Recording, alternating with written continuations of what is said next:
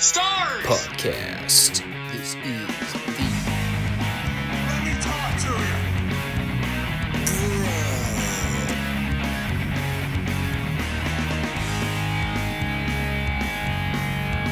This is such good shit.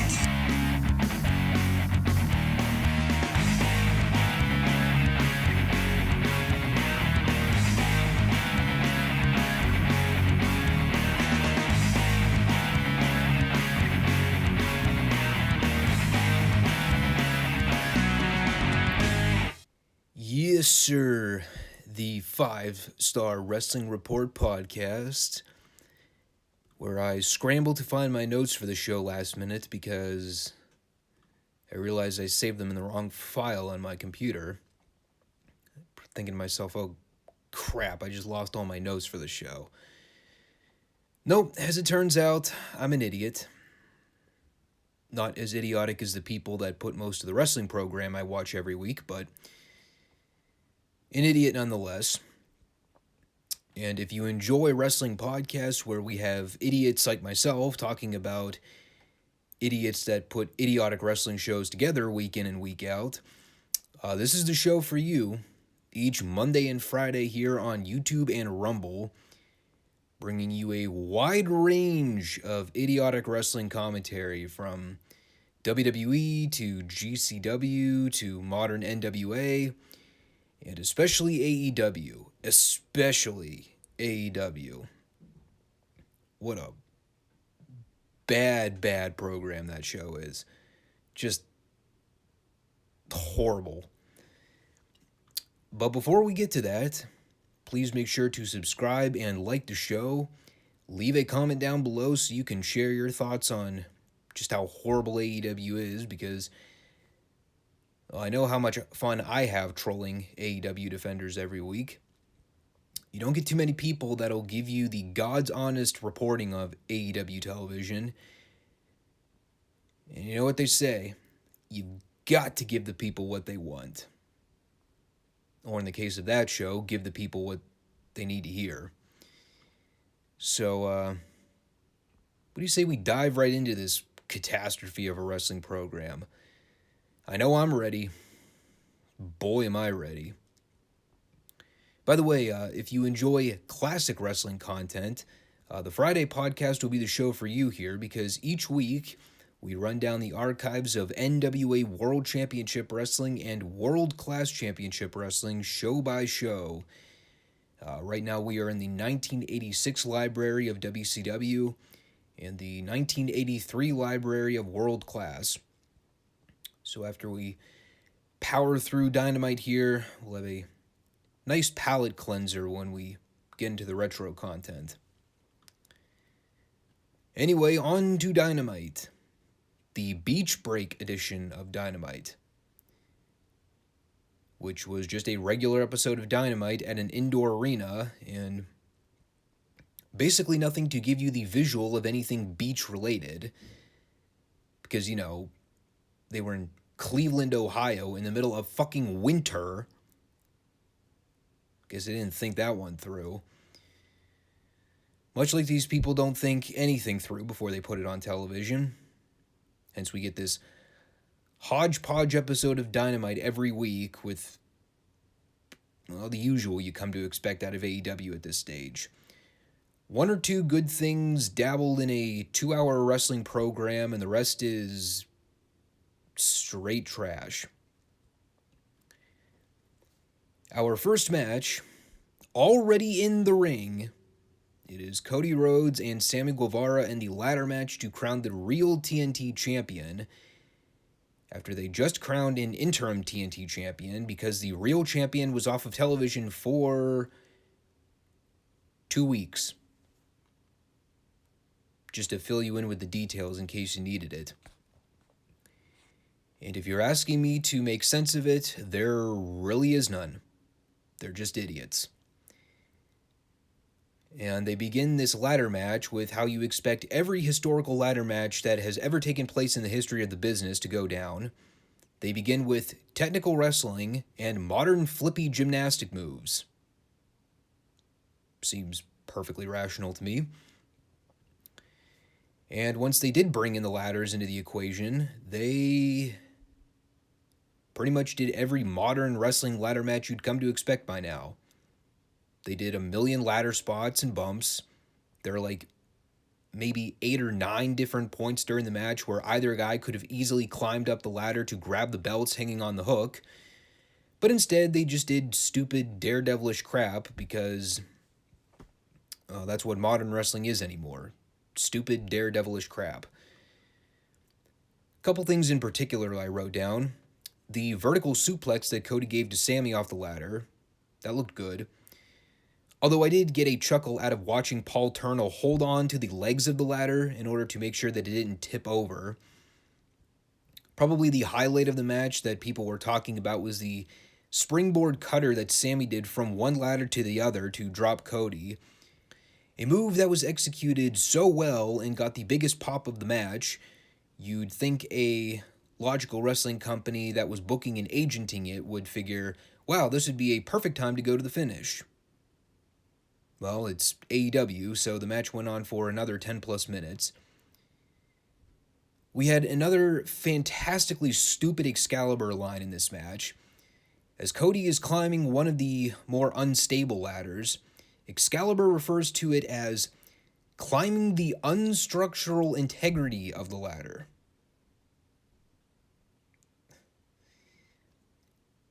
Does this guy think he's like a fucking poet or something? He's Edgar Allan Poe or Robert Frost. Good lord. Somewhere in here, Fuego del Sol got involved. Why, I don't know, but Cody killed him with the Tiger Driver 98, so thanks for coming, Fuego. Sammy ended up breaking out a giant ladder from under the ring at the end of the match to, well, you see, not to climb up and retrieve the belts above the ring, you know, the way you win the fucking match. No, instead, Sammy set up this 12-foot ladder on the floor so that he could do a senton onto Cody, who was sprawled across a ladder between the barricade and the ring apron. By the way, a spot that was so dangerous and career-threatening. Cody was back up on his feet less than 2 minutes later to stop Sammy from climbing the ladder. And the finish is Sammy smacking Cody with one of the belts to knock him off the ladder so that he could snag the titles and win. This was slightly less stupid than the GCW ladder match I watched over the weekend. It was entirely a highlight reel of show opening graphic moves, and I'm just glad no one died when it was over. I still have no idea what anything was set to accomplish in the lead-up and or payoff to this match, other than them trying to come up with an overly complex story in order to book a ladder match on TV. In order to set this match up, let me see if I can get this timeline straight. They had Cody beat Sammy for the belt clean on the final Rampage of 2021. Then Cody contracted COVID, or maybe came in contact with someone who had COVID. Either way, he was gone from television for all of 2 weeks. And in this 2-week period, they booked a title match with Sammy and Dustin for the Battle of the Belt show to crown an interim TNT champion, which Sammy won. Also, Cody could show back up on Dynamite a week afterwards, do a long-winded promo where he talked about 728 topics in the span of about 5 minutes, somehow turned it all around to wanting a ladder match with Sammy to crown the real TNT champion,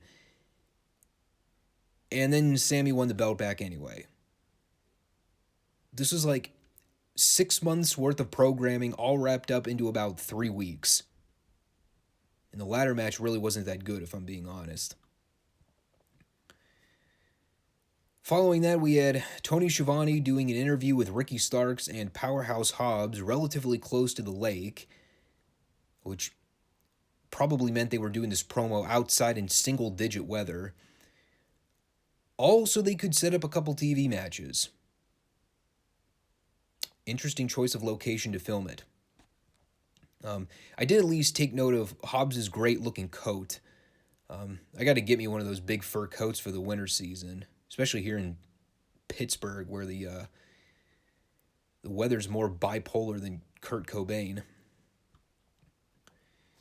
Wardlow killed 2 geeks in his hometown, and if they did not just needlessly beat Wardlow on last week's show and kill all his momentum they spelled building him up on television with squash wins over the last couple months, this may have served a purpose, but I really didn't get much out of it.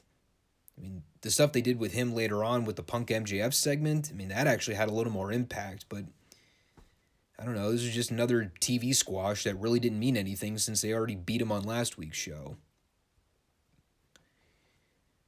Then we got the 6-man tag with Chris Jericho, Santana, and Ortiz taking on 2.0 and Daniel Garcia. Obviously, the setup and story with everything here is continuing to build up the tension with the Inner Circle, which apparently they are still trying to claim as a thing in AEW, even though we haven't seen anything from them as a unit since the Full Gear match with American Top Team. But I mean, we never really see them used as a team on television anymore. They don't do promos together. They never accompany one another out to the ring for matches. Sammy Guevara, I don't even know if he's a part of this group anymore. In fact, didn't they already kind of establish that he was setting out on his own? I mean, of course, they never explain anything in full on this show, so I don't fucking know what's going on. And by the way, I thought about it watching this match. With everyone talking about upcoming contracts expiring and guys that haven't been used in a while on this show, probably will end up getting cut before the end of the year, I think it's kind of interesting how no one's even mentioned the status of Jake Hager.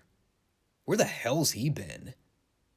I don't even remember the last time I saw that guy work a match on the show, much less be on TV. And with the Inner Circle basically splitting up in the not-so-distant future, I think it's kind of funny how Hager's completely left out of the equation with the whole thing. Again, though, the whole match was Jericho and PNP not being on the same page, blind tagging in for the majority of it. Jericho ends up giving Parker the Judas effect on the outside, and Santana hit the pile driver for the win. I really don't have much more to say about it other than that. Again, most of the drama here is getting us to care about the split of a faction that really hasn't been a prominent part of the show in almost 2 full months now. And I honestly don't think anyone cares about the Inner Circle at this point. Am I alone in that? What's the end game with the whole thing? I don't really care about a Chris Jericho-Eddie Kingston match. And, Santana and Ortiz have been pushed to the back burner for so long now. I really don't care about either of them on this show anymore. Not that I was ever a really big fan of them to begin with. We got a promo package where they casually mention in passing that Lance Archer versus Hangman Page for the AEW World Title is now going to be a Texas death match. Why? I don't know. Because when in doubt, smash each other over the head with gimmicks. And Page's reaction at the end of the video is priceless. And the guy off camera tells him it's going to be a death match, and Page just goes, "What?" And not even what as in, what? A Texas death match? That's Archer's wheelhouse. It was a, what? What? Really? Another fucking plunder match? We haven't even had the damn singles match yet, and we're already throwing furniture into the mix? What is this clown show operation we're running here? Good question, Paige. Been trying to wrap my head around that one for 2 fucking years now. We got CM Punk out for a promo, dressed for a fight on tonight's program. And while he's out there sporting the MMA look with tape fists and all, he's also sporting MJF's scarf gimmick that he stole last week. And that was probably the funniest part of the whole promo, where he was talking about how he figured snatching the scarf away from MJF, it would be a sentimental enough value where he would want to claim it back. But then he went on to Amazon and found out that you could buy a 12-pack of the same scarves for $5 a piece. And the fact that the scars were manufactured in Long Island pretty much indicate that they're crappy material. But he says that he's run through MJF's crew, and at this stage, he's the only one left in the bunch. So MJF comes out, gets through his usual cheap heat promo on the Cleveland crowd, and then he casually announces that next week on Dynamite, in Chicago, it is going to be CM Punk versus MJF, which received a popcorn fart from the crowd, and I understand why it happened. Doesn't mean it was any less cringy. All that build for weeks and weeks of not booking the match, building anticipation for the big announcement of when it would finally happen, MJF versus CM Punk. And as soon as they announce it officially, blech, nothing. Part of that, too, I think, is the fact that a lot of the build-up to the Punk MJF program has done a better job of actually building up to MJF and Wardlow. And they pretty much planted the idea that Wardlow's the endgame with the whole thing, and Punk is just a pit stop. Which is tragic if you stop and think about it for 5 seconds, but nevertheless, here we are. So anyway, Punk starts talking... MJF starts talking about Punk's last experience in Cleveland almost 11 years ago, where he was scheduled to make his appearance on Raw the night after the 2014 Royal Rumble, and he no-showed. Says that he's given the people no other reason to believe that he won't betray them and walk out again. Punk fires back and tells him that the best thing he ever did was leave, and the best thing he ever did was come back. And through it all, the people have loved him or hated him, but they at least respected the fact that he always got back up to fight. So this leads to Punk testing the theory and calling out his Pinnacle crew to do the mass beatdown. And I guess we've established as well that CM Punk doesn't have friends in AEW, because this 5-on-1 heat beatdown on Punk led to absolutely nobody coming out to make the save. Punk was savagely beaten, brutalized, and laid out in the middle of the ring, and no one showed up to help. Guess Eddie Kingston was right all along. No one in the locker room wants Punk around, and he was the only one to speak up and tell him to his face that it's the cold hard truth. Look at that. Storyline continuity in AEW actually paying off. And obviously this is the best part of the show. I don't think it takes a rocket scientist to figure that one out by this point. Again, they did a nice job continuing the Wardlow stuff along with, him sort of peripherally watching the beatdown in the corner, and then he only targeted Punk with the power bombs once MJF got in his face and told him to do it. So I'm really interested to see how they pay this off next week. At one point, I would have argued against them doing Punk and MJF on free TV, but at this stage, I think it's clear that the big match people would rather pay to see on pay-per-view is MJF and Wardlow. So if that's the direction they're going to go for the Retribution pay-per-view, whatever it's called, Revolution, I think it is, I mean, that's fine. Again, Punk being a sacrificial lamb for that program is kind of disappointing, but it is what it is. It does kind of leave him out to dry if they end up blowing off that match next week and immediately segue into Wardlow and MJF afterwards. I really don't know what they do with Punk after that. Yeah, I'm totally stumped there. At one point, I may have argued for him to go after the AEW World title, but, with them keeping the belt on Page for the time being, that one kind of seems less likely now. So, I guess we'll see. Layla Hirsch wrestled the number 1 ranked Red Velvet. And for those of you wondering, when did Red Velvet become the number 1 ranked female in the division? I guess the answer is you missed about 14 consecutive dark shows. And unfortunately for these girls, I cannot even be so kind as to say that they received cricket responses from the crowd, because crickets at least make noise. This was abandoned warehouse outside the city level of response. I've been on record talking about it too, but The minimal stuff I've seen of Layla Hirsch on this show, it really hasn't been all that bad. Again, she's extraordinarily tiny height-wise, but she's got build, she's got a physique, she's got a lot of upside as a potential talent.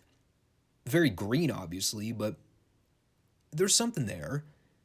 You know, the problem is she's just another cog in the wheel when it comes to AEW's women's division, where it's just a continual oscillating rotation of girls getting spotlighted for a period of time before they just disappear from television and stop getting used frequently. I paid attention to bits and pieces of this. From what I saw, it wasn't all that good and went on way too fucking long, as most matches do in AEW. And in fact, this match actually inadvertently proved a point in Britt Baker's promo moments after, because Britt comes out for what essentially ended up being a self-indulging promo, and she's out there putting over her awards that she won in 2021, Female Wrestler of the Year, Most Improved, Breakout Star, and, you know, amidst her cutting heat promos by putting the Steelers over the Browns and doing sports talk, her main premise here was that nobody's on her level, she's far and away the best overall package they have in the women's division, and everyone else sucks. And discounting one or two girls, she's not wrong. I get the impression I was supposed to be angered by this, or that I was supposed to feel insulted with Britt tearing down how bad AEW's women's division is, but I've been talking about this shit since they put the fucking belt on Riho 2 years ago. So, I mean, yeah, it was a heel promo, but it wasn't entirely inaccurate. It was made even better by the fact that no one ever came out to stand up to her or prove her wrong. The one time you think they would actually have someone interrupt a promo segment and confront a guy or girl in the ring that's talking shit, they don't do it. Go figure. So, I mean, the promo wasn't bad. Started dragging along a little too much by the end, but the only thing I got out of it was AEW's women's roster is bad, which we've already established, and they really don't have anyone on Britt's level aside from like one or two girls. Thunder Rosa, who they don't really use, and last I checked, I thought she was feuding with Jade Cargill, and Serena Deeb, who's already a heel, and she's currently in a program with Sheeta. So unless they're bringing in Charlotte Flair or someone from WWE in the coming months, I don't know what they do. Somewhere in the middle of them running down the Rampage card, Nyla Rose and Vicky Guerrero interrupted to squeal about Ruby Riott. Excalibur actually delivering a great one-liner in here when Nyla claimed that everyone knows why she's not the TBS champion right now, and he just goes, yeah, because you lost. I almost kind of wish they'd have subbed the word lost with suck. That would have gotten Excalibur on my good side. And if anyone honestly cares about Nyla Rose versus Ruby Riott, you can leave a comment down below and share how much you're foaming at the mouth for that dream rematch. And then we got the lights out match with Adam Cole and Orange Cassidy. Almost a very befitting way to end this garbage TV program, with a match that had me at lights out by the time we got here.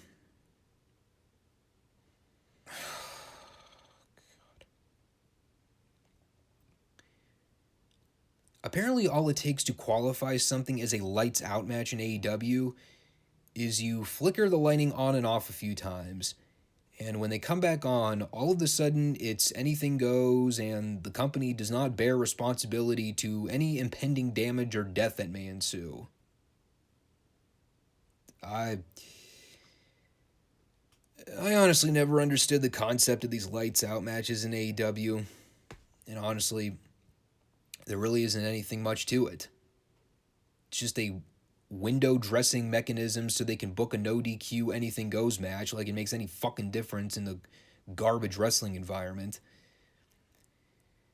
10 seconds into the match, first spot both guys do are fake windmill punches where they barely connect with one another. We were less than a minute into this 20-minute calamity, and I was already over it. We had the random cameo appearance with Cole going under the ring to grab a chair. And on the other end, holding onto the chair, was Danhausen. Why? Because everything is stupid. So I guess we're intended to presume that Cole conveniently went under the ring to the one corner of the ring where a chair was located, and conveniently, on the other side of that chair, there just so happened to be a pro wrestler holding on, patiently awaiting to be pulled out from under the ring. Circus wrestling, folks. It's what we do here in AEW. And not only was the Danhausen deal a random angle less than 5 minutes into the match, but the angle accomplished virtually nothing. It was just a pointless thing that happened and led to absolutely nothing after the fact. This is why when people make a mockery of modern pro wrestling, it gets more and more justified. And beyond that, it was an ordinary run-of-the-mill plunder match. Chairs, chains, garbage cans, which I mistyped in my notes as garbage fans, although AEW has plenty of those. I know somewhere in here, Cassidy got his hand busted open with the ring bell. I don't know how. We had the obligatory run-in from the Peanut Gallery, which is always classic. Beta Bucks out there dressed as only the Beta Bucks know how to dress. It's amazing these men are married. God, what else happened? Well, the finish happened. I'll get to that in a minute. I remember they did a random 2-minute brawl segment in the entrance tunnel, which spilled into Gorilla, and then immediately led right back out to the staging area. Because that makes sense, right? Let's brawl behind the curtain to do a brief table spot, and then we'll just casually fight back up into the staging area for no reason. But the finish here is Cole climbing up the set, and I honestly have no idea what his intentions were with climbing the set to begin with. I guess he just figured, oh cool, a scaffold leading to the top of the AEW set. Let me climb this scaffold for no reason at all. And wouldn't you know it, it evidently leads to Cassidy chasing in hot pursuit, and leads to the dumbest fucking finish I think I've ever seen in my 25-odd years of watching this sport. I've seen just about every dumb finish in the book, but this one might have taken the cake. The finish is Orange Cassidy standing behind Adam Cole. And Cole turns around.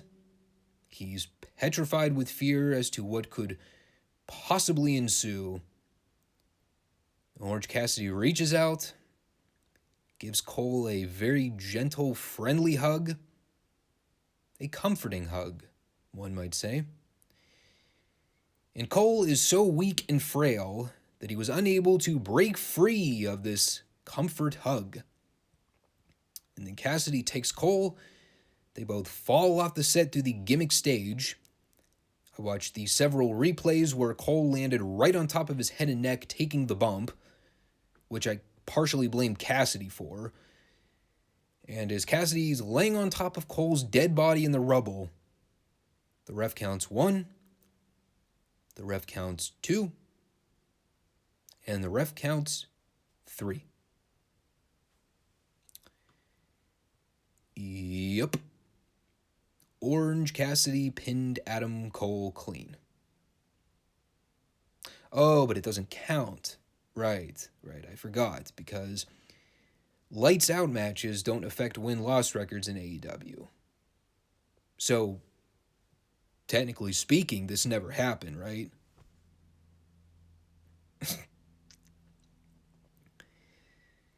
Sorry, I'm just hearing all the AEW defenders in my head right now trying to justify this. It's hilarious to me. I mean, what is there to even say? I can't even be mad about it. I mean, I could, but honestly, didn't really affect me that much after the fact. I mean, I soured on Adam Cole in AEW the minute they paired him up with this horse shit involving the Best Friends. And I guess it was only evident that Cassidy was going to go over in the end, but I mean, dude. You know, all the while you had people out there talking about Adam Cole being next in line for the world title against Hangman Page. I'm just totally at a loss for words. I mean, I guess part of me should be glad that they put Cassidy over, just so they can finally move on from this never-ending fucking saga with the Undisputed Era and the Best Friends, but at this point, like, who even cares what they do with anyone involved? They killed Kyle O'Reilly's buzz quicker than a hiccup. Adam Cole's been completely neutered. And Orange Cassidy's been more overexposed on this show than Triple H was as world champion on Raw for 4 fucking straight years. I don't know, man. I really don't know. I almost felt sad watching this match. Never mind the fact that the match sucked and they beat Adam Cole in the end. But speaking of Triple H, I mean, God, I can only imagine what he's thinking right now. Because you know he's fucking watching this. He's probably kicking back, laughing right now, shaking his head at the whole ordeal. Spent 4 years making Cole the centerpiece of his NXT brand where he looked and felt like a big star, and here he is in AEW, floundering in mid-card purgatory. He looks like shit. He's paler than I ever remember him being in his career. He just doesn't look healthy, man. And I know people have been talking about this with Cole for a while now, but I go back and look some of those side-by-side photos of him in 2017, 2018, and 2019. I compare them to some of the more recent photos I've seen of him in 2021, even in 2022 now. It's not good. At least in WWE, you could tell he was making a concerted effort to hit the gym and keep a relatively good body physique. And I'm not even so focused on the muscle tone thing, although that is a problem. But I see it in his face, too. He just looks so exhausted and so fatigued. Like, maybe I could be wrong, but I really think there's something else going on there aside from the physical issues. I'm not a doctor, not a psychiatrist, I'm not a professional in any medical or scientific field, but I am a fan of Adam Cole, and I have been a fan of his for a while now. And right now, he's in the worst physical shape I think I've ever seen him in. And not always, but usually with physical problems come other things as well. So if he's going through something right now and needs help, as a fan, someone that respects him and wants nothing but the best for him and his family and friends, if he needs to take some time to heal and work on himself, I think he should take the time to do it. Maybe him losing to Cassidy here was a step in that direction to get him off of TV for a while. Again, I don't know anything. I'm purely speculating, and people could call me a piece of shit for insinuating on a guy's mental or physical state, but I see it as caring about a dude's overall health and well-being. Trust me, I know what it's like to be underweight, malnourished, physically weak, emotionally drained. I've been there. And I just don't want Cole to feel that he has to keep pushing himself if he's aware that something's wrong. I watch him on the show, and there's a lot of warning bells and red flags going off right now. Usually, again, not always, but usually, red flags turn out to have some hidden truths in there. So, wrapping things up here, it was another one-segment show. The Punk MJF Wardlow stuff is carrying this program right now. With Bryan Danielson still hanging in the breeze, there's not a whole lot sucking me in right now aside from that one program. I know they got a decent amount of time before the Revolution pay-per-view in March, but so far the only thing that's really grabbing my attention for that pay-per-view card is the potential Wardlow MJF match. I don't know what Punk's involvement on that show is going to be. I don't know what Danielson's involvement on that show might be. I don't know what Paige's involvement on that show might be. And they're not really doing a whole lot to tease anything. Danielson and Moxley seems likely, but I mean, even by that token, it's not a program that I'd say I'm clamoring to see. I said it'd be interesting to see how they went about booking it, but it's not necessarily a feud that I'm dying to want to pay money for.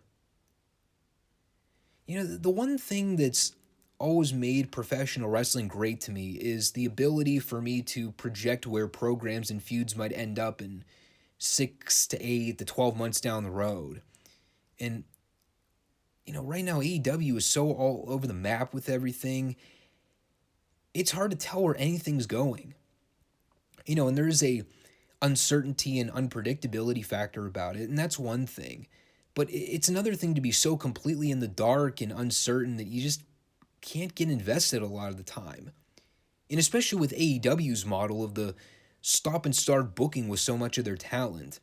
Like 1 minute you get invested in someone like a Miro or an Eddie Kingston or a Pillman Jr. or a Malachi Black. And the next minute guys just either randomly disappear for no reason or they get put in lesser meaningful programs and you just stop caring about them. It's sad, but this is just kind of the constant state with AEW right now. It's just 1 step forward, 3 steps back with them. They get some momentum going in one direction and they just can't keep it going. So anyway, speaking of that palate cleanser, that'll bring us to our retro review series portion of the podcast this week.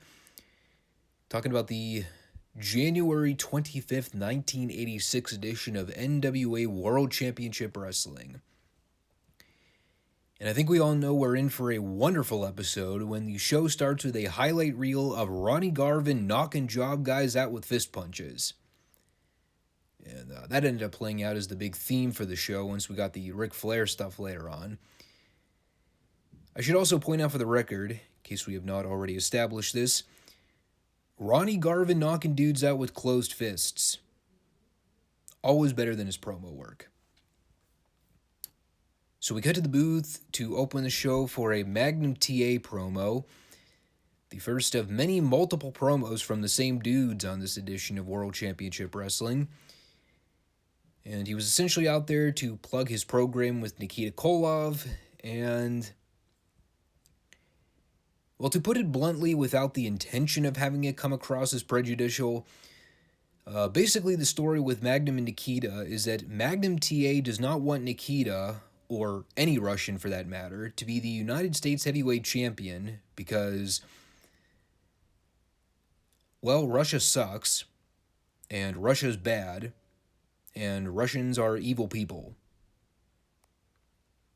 This would probably not fly in today's culture, even though it is safe to say that when it comes to the political climate and a lot of the horrible shit that's happening in places like Russia and China at the moment, there's definitely a lot of evil going on in Europe and parts of the Asian countries right now, particularly in the upper hierarchy of government. Our opening match for the week is the Barbarian versus George South. And by now, after recapping a lot of these squash matches from back in the day, you could probably just cut and paste the same general summary for most of them, and you probably would not be too far off. It is usually 2 to 3 minutes of relatively boring wrestling. One dude wins in dominant fashion, and particularly in the case of these Superstation shows with David Crockett calling the action, there are like 1 or 2 moments where he gets really excited when something big happens, and the rest of the time it's his usual golf-level commentary. The only thing I wrote down about this match is the Barbarian doing a diving headbutt from one corner of the ring to the complete opposite corner of the ring and still landing the hit. Very impressive. We got a Manny Fernandez promo where he started off making a point of going after the Barbarian in the year 1986. Then he started talking about receiving a bunch of postcards from fans about something. And then it quickly descended into him rambling on for about 10 fucking years about God knows what. The latter half of which included him speaking in Spanish. And I actually laughed at this because while Manny is cutting a promo in Spanish, and he's talking at like 100 miles per hour, there's one single guy in the crowd who's just cheering him on like, yeah, Bull, yeah, you tell him, Bull. Whoever that fan was ribbing Manny here, you have earned my respect, sir. We had Arn Anderson out for a promo. Here basically talking about him running into people in public, promising that Dusty's going to beat him up when he gets his hands on him. And I can only imagine an actual scenario where Arn may have run into someone while he was taking a leak at the gas station. Some guy just casually walks over to the urinal next to him and goes, "Hey Arn, Dusty Rhodes is going to kick your ass." Now that I actually would love to see a vignette of. That would actually be a rare case of AEW doing goofy comedy and me actually buying it as funny. But the main crux of this promo had to do with Arn having David read a letter from the president of the NWA, Bob Geigel, who was informed Dusty that given he is fully healed from his bad ankle, that he is no longer permitted to wrestle with the custom steel-toed boot. Arn, of course, laughing uproariously the entire time, making a sheer mockery of the whole ordeal. And David was so appalled and so disgusted by having to read this letter on air, he made sure he stuck it to Arn in the end by telling him he's got 5 days left with his half of the NWA National Tag Team Championships before they get stripped of the belts. Again, because as you know, Ole has been out selling an injury. Just a 6-year-old goofy kid on the playground thinking he's so clever for standing up to the school bully. That was David Crockett's interaction with Arn Anderson here. Love this segment. Up next was Ron Bass against Mike Samani, another dorky-looking jobber fresh out of plumbing school. And Ron Bass won. So we got Ronnie Garvin out for a promo. And remember when I alluded to the fact that watching Ronnie knock dudes out with punches is much better than having to listen to him cut promos? Well, we found out after watching him cut a promo here. He begins by attempting to blurt out something involving beating up people, and then he loses his train of thought, completely forgets where he's going in the conversation, and just goes, "Well, what I'm trying to say is, Ric Flair, I'm going to beat you so bad, you're not going to be able to pay your taxes." The only thing that would have made this better is if he would have turned to Tony to go, "Can we start over?" And Tony just goes, "No, we're live, pal." And apparently Ric Flair may have to pawn off his Rolex or file for bankruptcy, because when Ronnie beats him for the World Heavyweight title, Flair won't have a penny to his name. Yes, apparently in Garvin's mind, Ric Flair will be dirt poor and go from a multi-millionaire to homeless once he loses his world title. Boy, what a brutal business pro wrestling used to be in the 1980s, especially for main event guys. God damn, son, you better hope you got a gold belt around your waist if you're working main events. Otherwise, you might be parking tents and pooping on the sidewalk in L.A. Ivan Kolov versus Pat Tanaka. The only thing of note I took away from this is watching Pat Tanaka wrestle in bare feet. Usually kind of get nervous watching dudes wrestle without boots on, unless I'm watching Matt Riddle. Mostly because Riddle's been wrestling without shoes for years, so I know he's used to it, but God, so many things can go horribly wrong when guys wrestle shoeless. Aside from that, another cut and paste example of short squash, Ivan won, and really nothing else to it. Following that, we get Ric Flair at the booth, styling and profiling, and mostly just putting over the fact that if he were to slip on a pair of blue jeans for all the girls, he'd have the best ass in the entire building. Expected nothing else from a Ric Flair promo on this show. The bulk of everything he talks about on the show either has to do with money, partying, or fucking. And a little wrestling talk sprinkled here and there when he's feeling saucy. And of course, Tony and David are just, they're not even trying to keep a straight face the entire time. They're having a ball out there watching Ric Flair be Ric Flair. I always get a kick out of Flair calling out the geeks for trying to wrap him up. And then Flair just responds with, "Don't wrap me up, I'm not done yet."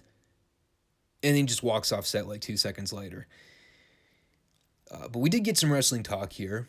And as I mentioned from last week, the big angle that they shot featured Ronnie decking Flair with the knockout punch, which the camera did not catch in action.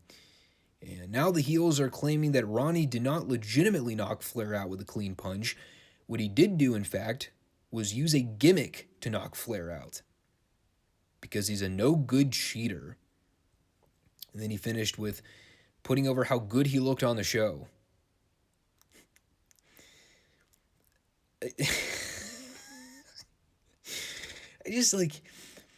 I don't know, dude.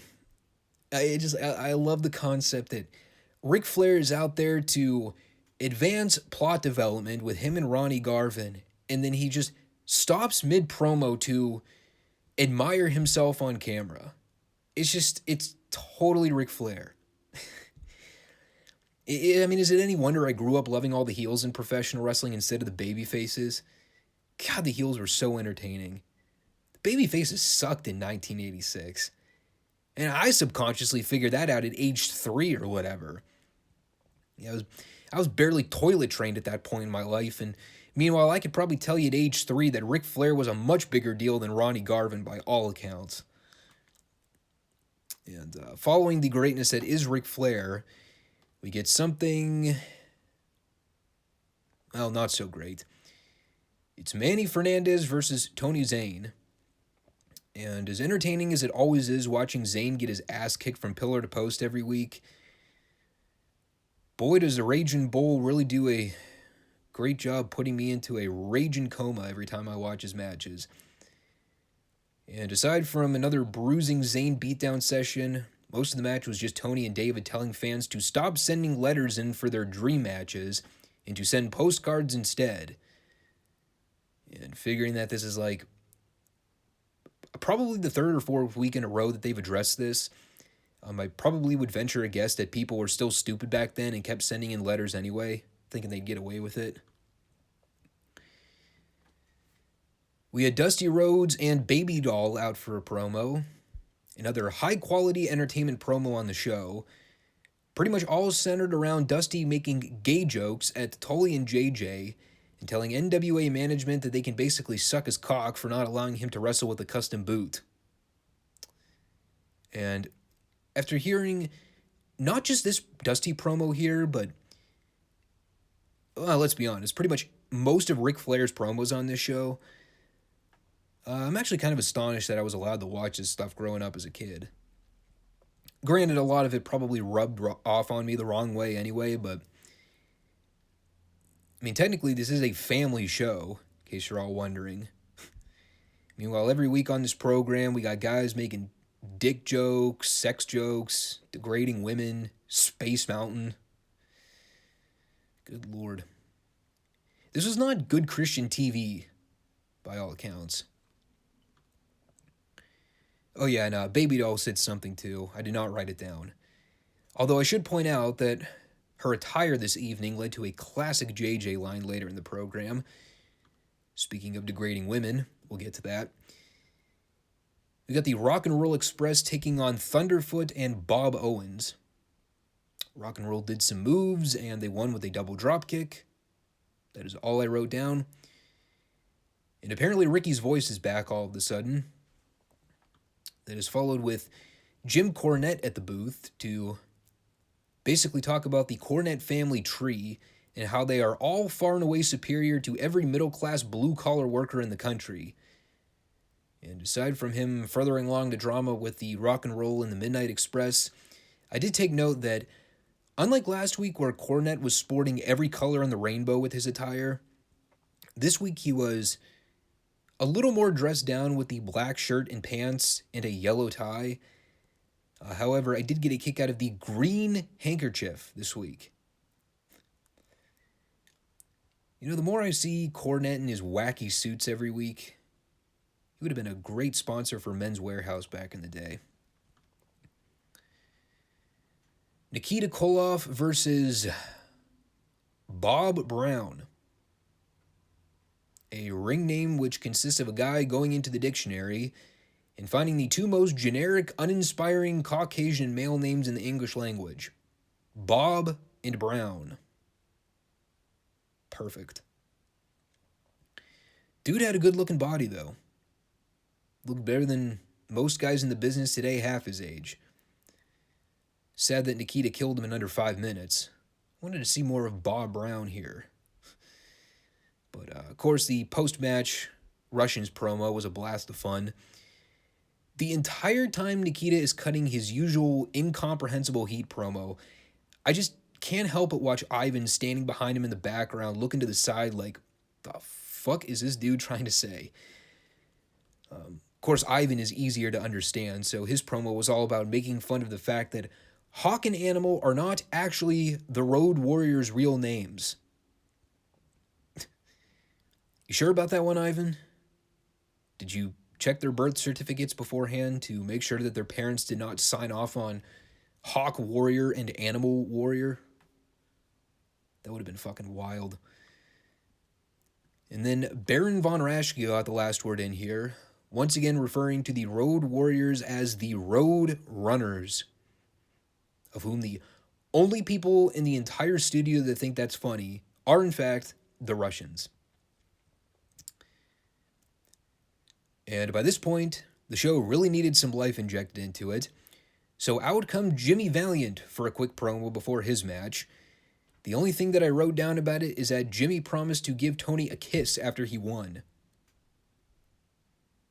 Jimmy did not kiss Tony after he won. I was saddened. In the match, for the record, Jimmy Valiant versus Paul Garner. Right out of the gate, David's first words are, "I think Jimmy Valiant likes you, Tony." And then Tony goes, "I think Jimmy likes everyone." Does anyone get the impression that Jimmy Valiant in a legit bar fight would have been anything but high-class entertainment? Like, watching him go around and eye gouge dudes, back raking people, grabbing hair, throwing beer in people's faces, and just screaming, "Alright, alright." Literally, that's every fucking Jimmy Valiant match, ever. He goes in there, he rakes dudes' eyes, he jabs dudes' throats, he hits his little wacky elbow drop finish, and the people go nuts for him. Incredible. I love Jimmy Valiant. Never appreciated him enough growing up as a kid. God, that guy was so great. They immediately followed that with Tully and JJ at the booth, wherein the only thing I got out of it was JJ making fat jokes at Baby Doll, referring to the fact that her skin-tight jeans gave her the body shape of a brontosaurus. I fucking died. God, it is so crazy to see how drastically society has shifted in cultural viewpoints in the last 20-odd-something years. Fat shaming and slut shaming on wrestling programming. I don't know, it used to get glossed over as heels just being heels, and most people thought nothing of it. You know, most people would snicker at it and move on with their lives.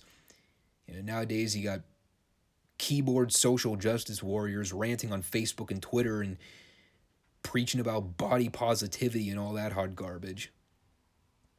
Nobody's got a goddamn sense of humor anymore. And the segment ends with a random hot blonde showing up, making out with Tully.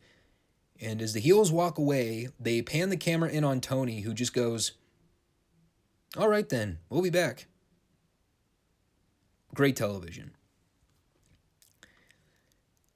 Got some plugs for the February 7th Superstars on the Superstation show, wherein, again, the fans get to pick the dream matches. And we are told on that show, because the fans voted for it, they are booking the Russians versus the Road Warriors. And as you all know, you've got to give the people what they want. So then we get beautiful Bobby Eaton against a name I'm not making up. Wee Willie Wilkins.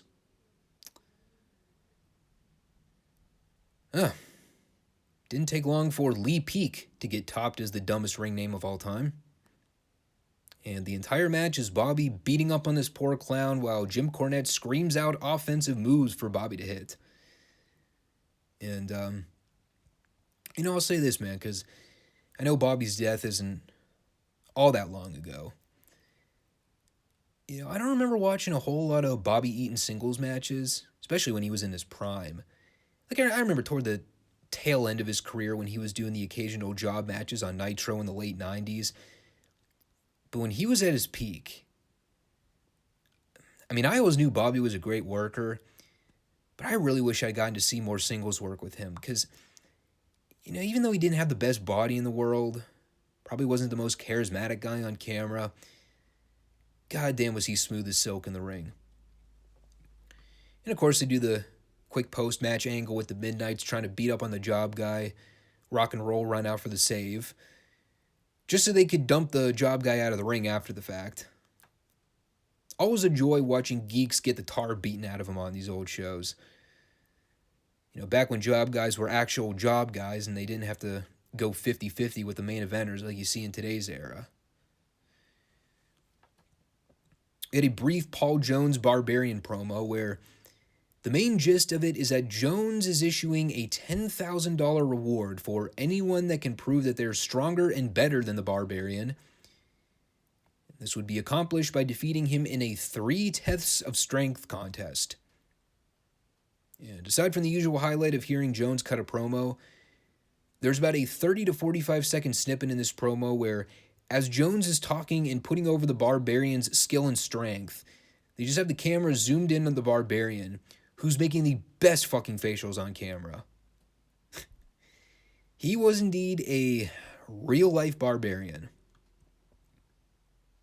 Sure as fuck was built like one. Ronnie Garvin versus Mark Hawk. Mark Hawk was probably 6'6", maybe 6'7". He looked absolutely horrible physically. He bumbled around in there with Ronnie for about 3 minutes, and then Ronnie knocked him out with a punch and won. Awful. Then we get Ron Bass at the booth to basically call bluff on Paul Jones's test of strength challenge with the Barbarian. He says that he would love to take the deal and win the $10,000 by beating the Barbarian, but he doesn't trust Paul as far as he can throw him. So he wants something written down on paper to confirm that this is legit. He wants all the details of the match laid out, and that it guarantees that when Bass wins, that Jones pays up in full. Otherwise known in professional wrestling as the babyfaces not being stupid. Something that's almost unheard of in the modern era, because everybody's fucking booked to look stupid. Heel, babyface, tweener, male, female, undecided, what have you. Another concept lost in the art form of what used to make wrestling great. Black Bart and Josh Stroud had an incredibly pointless, boring match that I wrote virtually nothing down for. We got our second Magnum TA promo on the show. I don't think he said anything here that he already didn't make clear in his first promo. Just the fact that he hates Russians and doesn't want them winning the belt. We got another Russians promo. Why? I really don't know. Just to kill some time, I guess. But anytime I get to hear Nikita butcher broken English and just be wacky, I won't complain. It did lead into the Baron Von Raschke versus Rocky King match, which was slightly less boring than the Black Bart match. That's like asking what would be worse between getting shot in the arm or knifed in the spleen. At least the Baron match was shorter, but he won with the claw. Then we got another Ric Flair promo, this time out there to Well, first Meek mentioned that he wants to fuck Tully's girl, and then he lets all the girls know that he's always available for them to ride Space Mountain, provided they're 18 years or older. And Tony and David immediately lost their shit. It actually sounded like a sales commercial. All girls are free to ride Space Mountain with Ric Flair. Then you get the really fast-speaking woman at the end of the commercial running down the regulations, including must be 18 years or older to call. I'm honestly surprised he didn't wrap up here with batteries not included. That would have been a fucking bomb promo. And again, dude, it's every Ric Flair promo you've ever heard before. He's just out there to have a good time and talk about how much sex he wants to have, and everyone's applauding and all the girls in the audience are cheering. It's the best. Wrestling used to be so great. What the hell happened? Tully Blanchard and Arn Anderson against the Italian Stallion and Don Kernodle in the main event of the program. By the way, I wrote this down. I don't know why I thought this was so funny, but I found it funny. The Italian Stallion had customized white tights for this match. And normally guys like to have text printed on the front or the back of their tights just to give a little extra flair. So what did the Italian Stallion have imprinted on the back of his tights? Did it say Stallion? Or, I don't know, something clever to go along with his ring name? Nope, it simply read Italy. Just in case you couldn't figure by the name Italian Stallion what country he was billed from. Even though I'm pretty sure Stallion was born in America. And, well, I'll say this. It appears that Stallion and Kernodle have upgraded on the jobber hierarchy. They've graduated to moderately credible job talent now. Unlike some of the new dweebs we've been seeing coming in like Lee Peak or Wee Willie Wilson or whatever his name was. So they let Italian Stallion and Don Kernodle actually get offense in on the Horsemen here. They did a very traditional, standard, old-school tag match. Heels controlled the action for a while. Stallion got the tag. There's a great spot right at the end of the match. One of the greatest feats of strength I think I've seen on the show since the Animal overhead pressed Sam Houston back into the ring from the concrete floor. Tully Blanchard, who mind you is not a small dude to begin with, attempts a diving crossbody from the top rope onto Kernodle, and Kernodle caught him in a fall-away slam position, hoisted him up in the air a little bit, and then power slammed him over onto the mat. Amazing. And because they were apparently running short on time, the Stallions' comeback consisted of him getting into like one or two clean punches, kind of fucking up a headlock on Anderson, and then after things break down momentarily, Tully and Arn hit the assisted gorebuster for the pin, and it's immediately to the credits. A little bit of a timing issue on that one. But, God, this show was so fun by the end. Didn't start off too great, but once Ric Flair showed up, things really took off in the second half. The level of inappropriate content in the fat-shaming jokes we get on this show, they will never not be funny. And, I mean, the more I see him, Jimmy Valiant, dude. He's always a good time. And we're blazing along right here in 86. We're already at February and got a plethora of great stuff that's already gone down in the first month of the show. And, I think I talked about it last week, but the star power on this show is impeccable. It really is a shame that we will never get megastars like this in the business again, but it really makes you appreciate these guys that much more when you go back and just see how big professional wrestling used to be at one point. And again, it's why I'm excited to go back and do this retro series, because, it gives me the ability to appreciate a business that I really used to be passionate about before everyone went out of their way to expose it and treat it like it's another dorky form of Comedy Central entertainment. And that transitions over to World Class Championship Wrestling, the January 29th, 1983 edition. And as we kind of established last week, the World Class TV shows right now in the period of 83, they are essentially being carried by one, maybe 1.5 stories.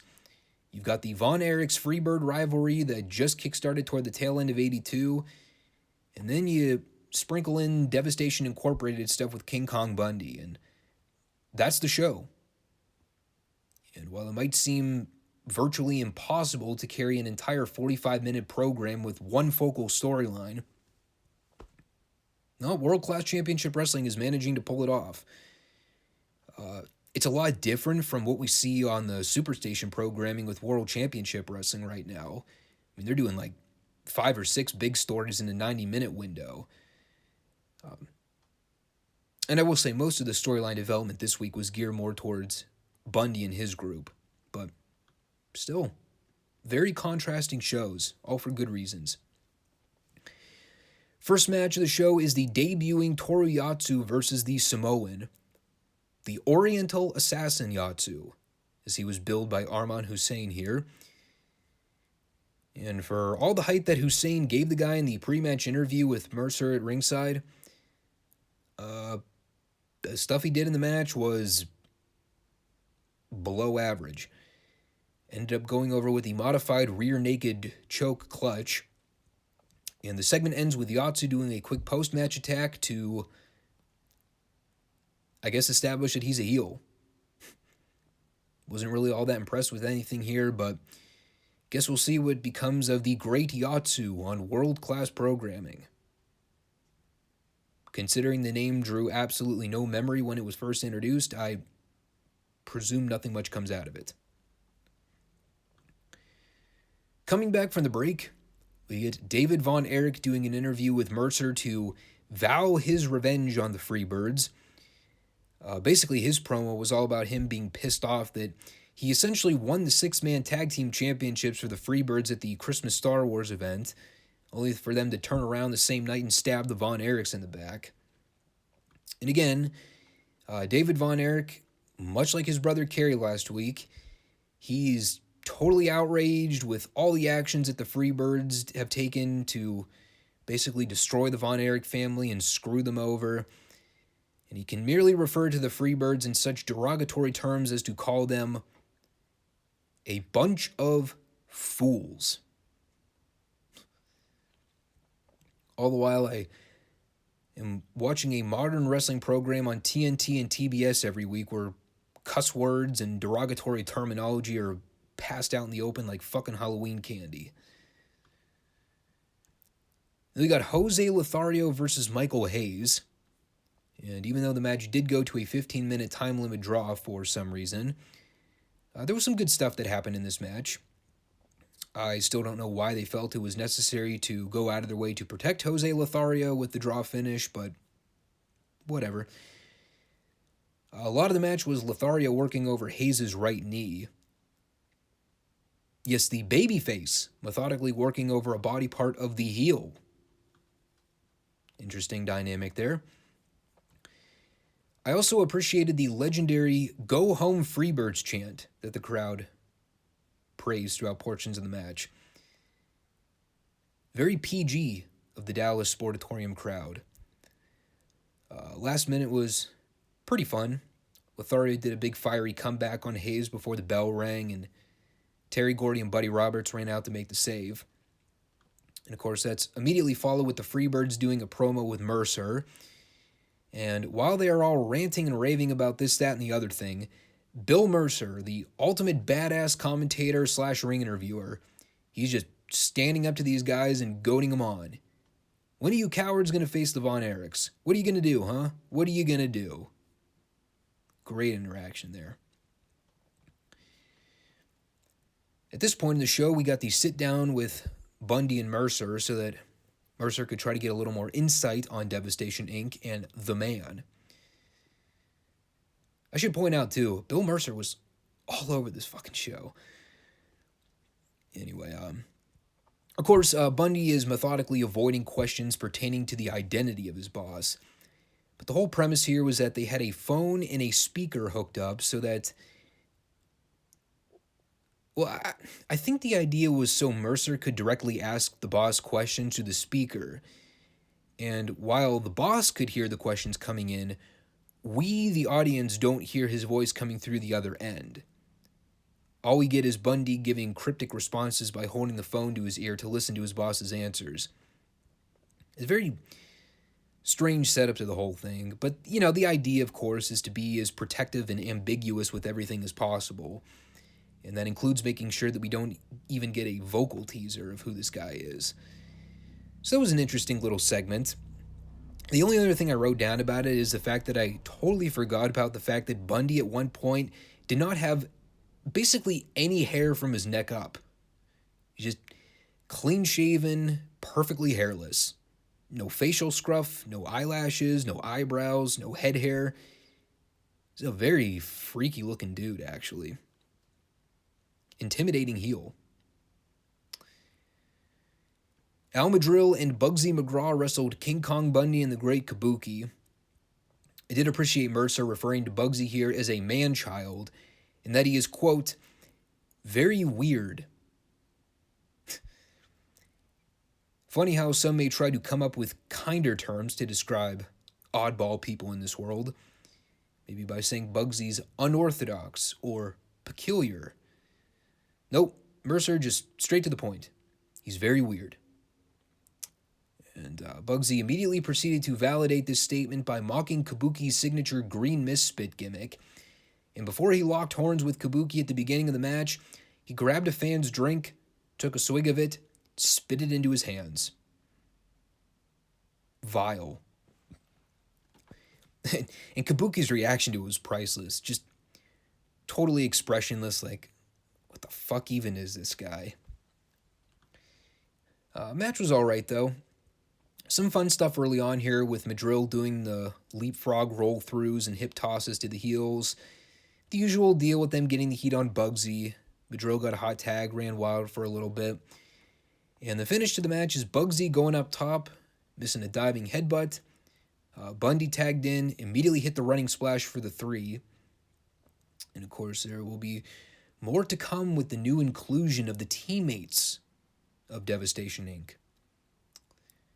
And then the show concluded with Terry Gordy and Buddy Roberts doing a promo on Kevin Von Erich and promising that Terry will beat him for the American Heavyweight title in next week's program, which I believe will be the main event. And that was pretty much it for the show. Really didn't have a whole lot to say about it when it was all said and done. A very basic wrestling show, a little bit of story progression and a couple solid matches, but they still packed a good amount of stuff into that 45 minutes. And that's a hell of a little main event that got booked for next week's program with Kevin and Terry. Looking forward to that. Until Monday's show, that will do it for this one. This coming Monday, we of course have Rampage and the Power Reports to run down. And then we'll close things out with the discussion of the 2022 Royal Rumble. More than likely, I'll be covering the show in full, but we'll see what some of the undercard stuff holds in store for that one, and whether or not it's even worth my time running down. I'll tell you for sure, I'm absolutely looking forward to Brock Lesnar and Bobby Lashley in their WWE title match. I still think it should happen in Mania, but I mean, at least we're getting the fucking match. And with WWE at this point, I'll take what I can get. Other than that, I kind of glossed over the card real quick. I don't really have that much of high expectations for the show. I'm sure Roman and Seth for the Universal title will be fine. Becky and Doudrop, whatever. Edge and Beth versus Miz and Maurice will probably have a lot of smoke and mirrors bullshit, so that one's kind of up in the air. I'm sure the Women's Rumble match will suck 10 cocks, as it's proven to do every year they book it. And the fact that their women's roster is so depleted now, it'll evidently lead to them either having to bring back some of the old guard to fill slots, or, God help us, they're going to have to call up girls from NXT to fill those slots. Yeah, that one's on a fast track to being a candidate for worst match of the year. And no, it's not just because they're girls. It's because, again, the women's Rumble matches have never been good. And the men's Rumble match, have they done anything on TV to convey that anyone in particular is slated to win the Rumble match? I'm not even asking that facetiously. I'm genuinely wondering who the prospective winners are at this point. Like, have they built up anyone on TV right now going into the show? I thought the plan for Mania right now is Lesnar and Reigns, which probably means that Lesnar's dropping the WWE strap to Lashley in some way. Probably by getting screwed by Heyman or something like that. So I guess I could see them going the route of having Lesnar lose to Lashley, but then he wins the Rumble so he can declare his shot at Reigns for the Universal title. It makes sense. Kind of figured they'd have something a little more clever in store, but I don't know. God forbid have a young up-and-comer win the fucking thing like the Rumble used to be designed to do. WWE building new potential main event talent. Give me a break. It's 2022, man. Why would anyone have faith in WWE's ability to craft new stars? So we'll see what goes down on Saturday. Until Monday, have a great weekend. Enjoy the Rumble main event, or the Rumble event if you plan on watching it. And I'll see you on the other side. Take care, all. Peace out.